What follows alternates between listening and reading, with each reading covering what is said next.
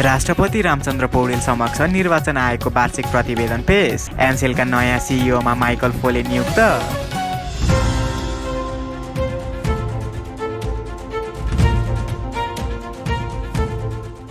Gen Z प्रदर्शनका बावजुद पेरुका नयाँ राष्ट्रपति जोसे जेरीद्वारा राजीनामा अस्वीकार। इयुमा 16 वर्ष मुनिका बालबालिकालाई सामाजिक सञ्जालमा प्रतिवेदन लगाउने प्रस्ताव।